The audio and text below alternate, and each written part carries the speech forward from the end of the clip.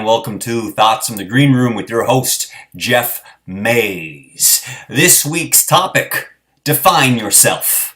Before we start defining yourself, obviously you can see all the boxes behind me. If you saw last episode, you know that I'm moving. I'm in the final throes of packing, and this truly will be the last from this green room. When I move into the new space, I'll figure out how to make the room green, and we'll get a new green room location in my new home. Coming around to this week's topic, we are talking about defining yourself. And one of the things that I was really thinking about a lot this week as an actor is the fact that when we read scripts, we take a lot of time to define the character. Most actors at a base level read the script and dig through to find information about the character from the script itself. What other characters say about them, things that are in the script about actions that they may do or don't do, thoughts that come from their own dialogue that imbue certain personality traits. You know, maybe they're always swearing. That may suggest that they've got an angry tone or a sad tone, depending on your choice. You get my idea. We spend a lot of time defining the character. Other actors, they do copious amounts of backstory after they've done that, and various other techniques. And this defining the character process is something that's important for an actor in order to develop a strong character which becomes believable on stage or screen. Other artists define their characters via the written word, novelists, authors. The others are subjects of paintings, depending on what style of painting you're doing. If you're doing a cubist painting, it's a different definition of the character that you're studying versus a realistic painting. But in either case that I speak about, the artist takes the time to define the character or the study that they are looking at. And this is a key piece of the puzzle to creating the finished work, and from my opinion, potentially the main component.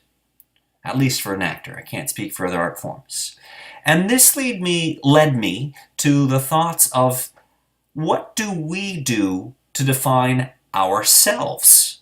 What study do we do, and what material do we draw on to take a look at who we are? Now, if you saw last episode, you heard me speaking about challenging yourself and the idea of going out and doing something that scares you, because it helps dig into understand where those fears come from, and by doing so, a greater understanding of the self.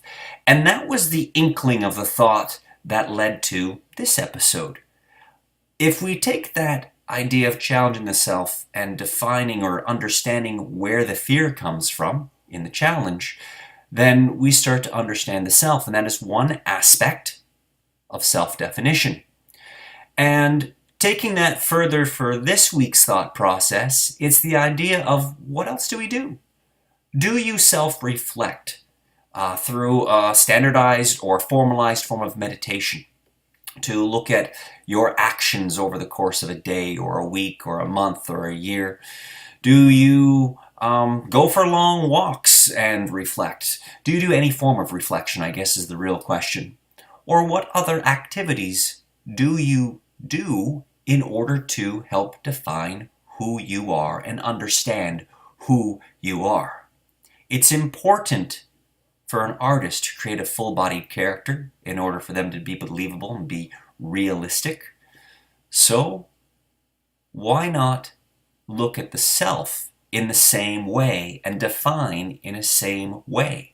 Look at the resources around you, your daily actions, comments from friends, comments from family, any source that you have that acts as a mirror for you, and define yourself. Because by defining yourself, by defining our characters, we understand why we do things, and we can make more informed choices. And of course, that leads us to this week's challenge, which is, take the time to define yourself. And in order to do so, I challenge you to sit down and write out the various means from which you could pool your resource to help you define yourself. The literature you read, the comments from friends, stories you write or the way you present things. Are you always on time or are you always late? Those are just some thoughts to get you going.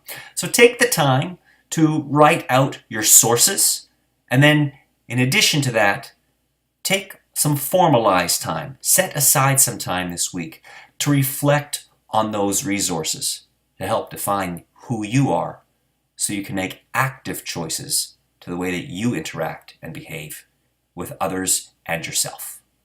Those are your thoughts from the green room. I am your host, Jeff Mays, signing off from this location, and we will see you in a couple of weeks.